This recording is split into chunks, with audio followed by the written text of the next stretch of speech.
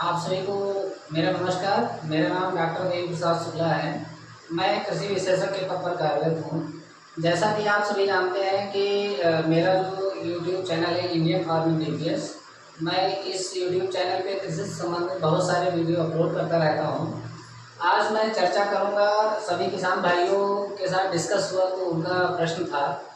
तो जो उर्वरक का उपयोग है हम कैसे करें और हमें कौन से उर्वरक कितनी मात्रा में डालना चाहिए। तो ऑलमोस्ट सभी जो हमारे किसान भाई हैं, लगभग सभी की नर्सरी तैयार हो रही है, तैयार हो गई है और ये 10 से 15 दिन में तैयार होने वाली होगी। तो आज मैं उसके बारे में विस्तृत चर्चा करूंगा। और जिन किसान भाइयों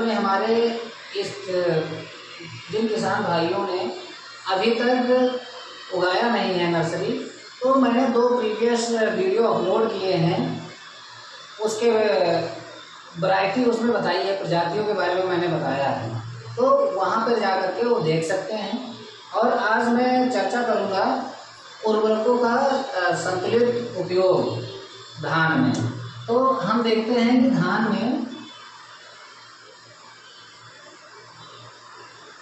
उर्वरकों का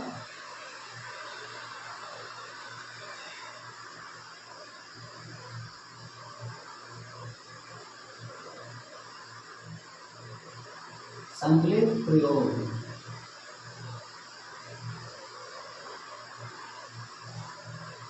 अब ये मैंने लिखा है संतुलित उपयोग, क्यों लिखा है? क्योंकि आप देखते हैं हमारा जो पौधा होता है, किसी भी पौधे के लिए 17 पोषक तत्वों की आवश्यकता होती है। उसमें से CHO, कार्बन, हाइड्रोजन, ऑक्सीजन, ये हमारे प्रकृति से प्राप्त होते हैं, प्राकृतिक रूप से प्राप्त होते हैं। बाकी जो रिमेनिंग 14 बचे हमारे पोषक तत्व, उनको कहीं ना कहीं किसी न किसी रूप में बनाया जाता है और पौधों को दिया जाता है। लेकिन हम लोग ज़्यादातर आप देते हैं 3 से 4 5 पोषक तत्व तो देते हैं और दूसरे पोषक तत्व हम देते नहीं हैं। तो हम सभी पोषक तत्वों की बात कर रहे हैं। तो आप देखेंगे धान में संतुलित उर्वरक का उपयोग कैसे करें। सामान्यतः हम देखते हैं कि हमें ये पता नहीं रहता कि हमारे जो जमीन में मिट्टी में कौन से पोषक तत्व की कमी है, कौन से पोषक तत्व की अधिकता है।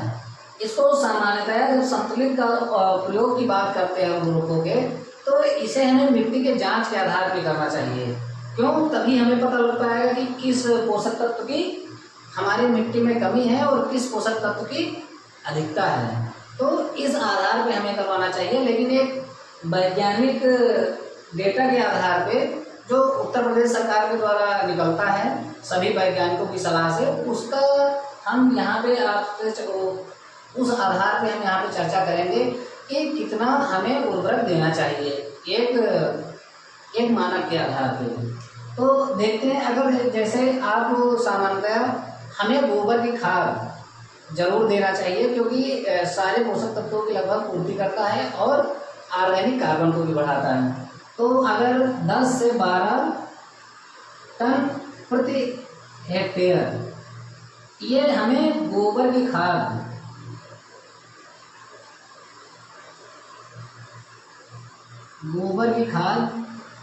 सड़ी हुई गोबर की खाद हमें 10 से 15 दिन पहले धान की रोपाई के देना चाहिए। ये 1 हेक्टेयर में है। अगर इसको 1 एकड़ में अगर बात करते हैं तो 4 से 5 टन प्रति एकड़ हमें देना चाहिए। अब आते हैं, क्योंकि ये मेन है, इसमें बहुत सारे फंक्शन हैं, इसके बारे में मैं कभी चर्चा करूँगा। बहुत ही हमारे ज़मीन के लिए बहुत ही अच्छा ये सोर्स है, जो ऑर्गेनिक कार्बन की आपूर्ति करता है, माइक्रो ऑर्गेनिज्म को, सूक्ष्म जीवों को बढ़ाता है, जो पोषक तत्वों को कैरी करने में काम आते हैं। आइए हम जानते हैं उर्वरक में जो प्राथमिक पोषक तत्व हैं नाइट्रोजन, फास्फोरस और पोटास, इसको हमें कितनी मात्रा में देना चाहिए। ये जो हम बता रहे हैं, अधिक उत्पादन देने वाली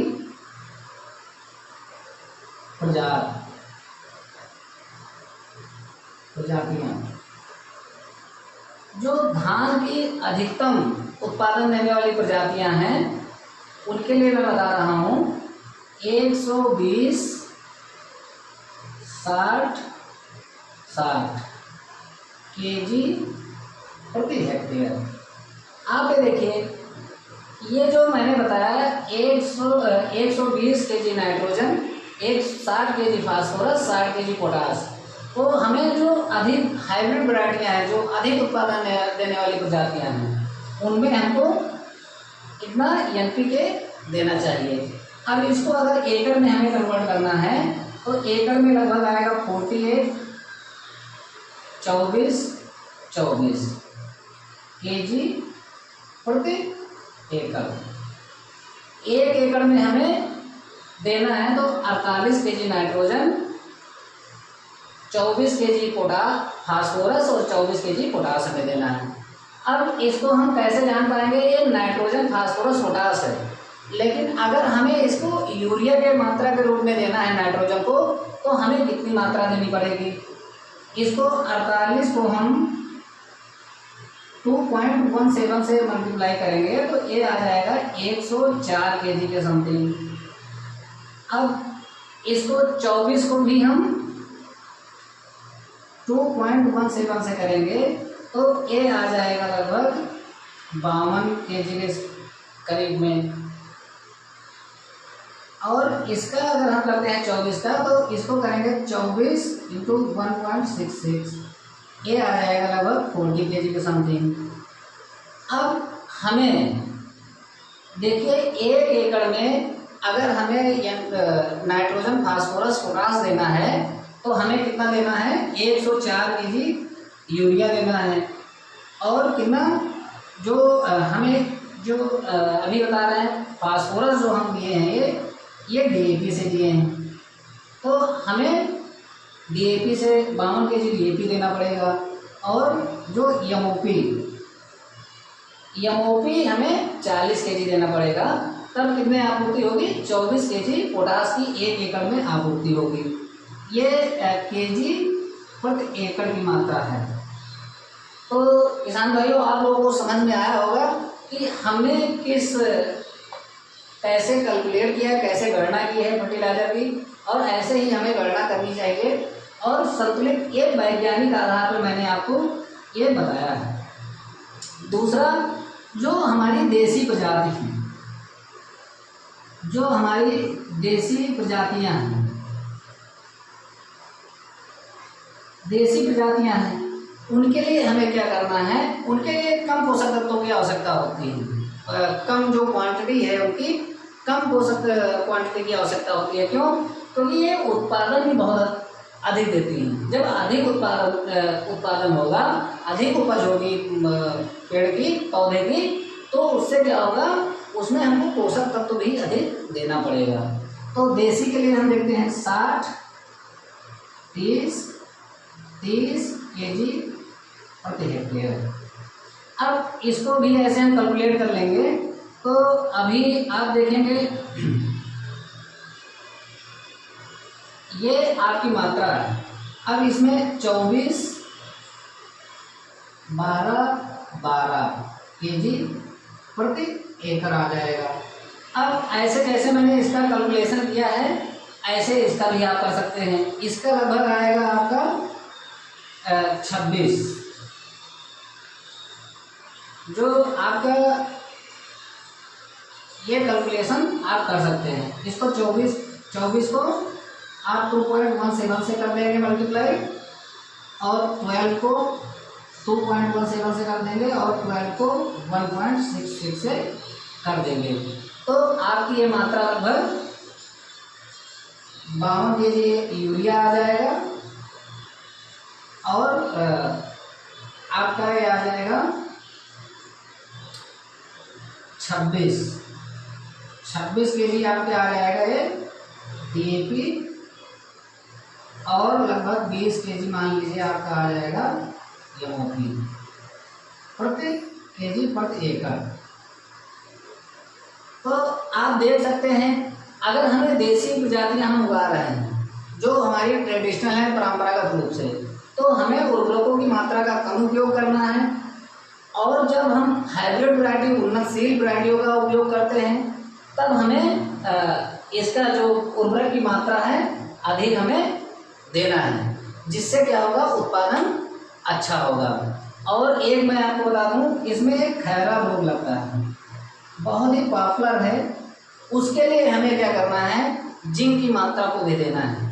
अगर हम 1 हेक्टेयर की बात करते हैं तो 25 kg प्रति हेक्टेयर देते हैं। ये 21% वाली जिंक होती है, 21% वाली। अगर एकड़ में बात करते हैं तो 10 से 12 kg प्रति एकड़ हमें देना है जिंक, जिससे क्या होगा, जो खैरा रोग होगा ये कम पड़ेगा। अब इसका हम देखते हैं कि उपयोग, इसका हम देखते हैं उपयोग कैसे, NPK का हम उपयोग कैसे करेंगे, इसका विधि जानते हैं।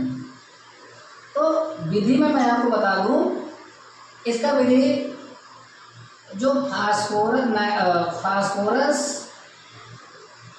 और जो पोटास है, ये क्या करना है, ट्रांसप्लांटिंग से पहले हमें उपयोग करना है। इसको पैडी ट्रांसप्लांटिंग से पहले इसका उपयोग करना है, क्योंकि फास्फोरस चल नहीं पाता, इमोबाइल होता है। तो इससे है हम ट्रांसप्लांटिंग से या बुआई से हम पहले डालते हैं, ठीक है। और पोटास की मात्रा को हम बुआई से पहले उपयोग करेंगे धान में। और नाइट्रोजन की बात करते हैं तो 1/3 हमें 7 दिन बाद रोपाई के करते हैं। 1/3 की बात करते हैं तो हमें जो कल्ले फूटते हैं, कल्लों के फूटने पर, और 1/3 जो मात्रा होती है, 1/3 जो मात्रा है, इसका हम उपयोग करेंगे बाली निकलने पर। क्योंकि यूरिया का हम उपयोग ट्रांसप्लांटिंग से पहले इसलिए नहीं करते, क्योंकि यूरिया आप जानते हैं बहुत ही हाईली मोबाइल होता है, पानी में बहुत ज़्यादा घुलनशील होता है। वो तुरंत क्या होगा, क्योंकि पानी भरा हुआ होता है, वो लीच कर जाएगा, छन जाएगा। छनने की वजह से क्या होगा कि हमारा जो यूरिया है वो हमारा पौधा नहीं ले पाएगा। और 7 दिन के बाद क्या होती है, ट्रांसप्लांटिंग के 7 दिन बाद क्या होता है कि जड़ें जमीन में हमारे पकड़ लेती हैं, तो उससे क्या होता है, यूरिया डालने से उसको एब्जॉर्प्शन कैपेसिटी उसकी बढ़ जाती है। तो आपको समझ में आया होगा ये वीडियो, और इसी आधार पे आप अपने खेत में उर्वरक का उपयोग करिए। और ज़्यादा अगर हो तो आप नज़दीकी अगर सेंटर पे जा सकते हैं तो मिट्टी की जांच करवा लीजिए, उस आधार पर फर्टिलाइजर अप्लाई करवाइए। अदरवाइज आप इस वीडियो को देख करके आप चूज कर सकते हैं कि हमें कौन से उर्वरक का कितनी मात्रा में उपयोग करना चाहिए। मैंने DAP का सोर्स बताया है, और आप लोगों का कमेंट ये भी आ सकता है कि फर्टिलाइजर के रेट वगैरह को लेकर के। तो मैं इस वीडियो में इतना ही बताऊंगा, क्योंकि लंबा हो जाएगा। मैं नेक्स्ट वीडियो में बताऊंगा कि रेट का क्या, क्योंकि देखते होंगे सारे फर्टिलाइजर्स के जो भी जितने उर्वरक हैं सभी के रेट बढ़े हुए हैं, चाहे वो सुपर हो, चाहे NPK ग्रेड्स 12-32-16 हो, 26-26 हो, 20-20-13 हो, सुपर में भी बढ़े हुए हैं। केवल रेट नहीं बढ़ा है DAP का और यूरिया का। तो किसान भाइयों, आप लोग इस वीडियो को देखिए। इस वीडियो के आधार पे, इस जानकारी के आधार पे आप अपने खेत में इसको उर्वरकों का उपयोग करिए संतुलित मात्रा में। अगर इससे संबंधित कोई भी जानकारी अगर लेना है तो आप हमारे कमेंट सेक्शन में जा करके आप अपनी जानकारी साझा करिए। और हमारे अगर वीडियो को हमारा समझ में आया है तो आप हमारे वीडियो को लाइक कीजिए, शेयर कीजिए और कमेंट करके बताइए आप लोगों को कैसा लगा वीडियो। आप सभी को बहुत बहुत धन्यवाद।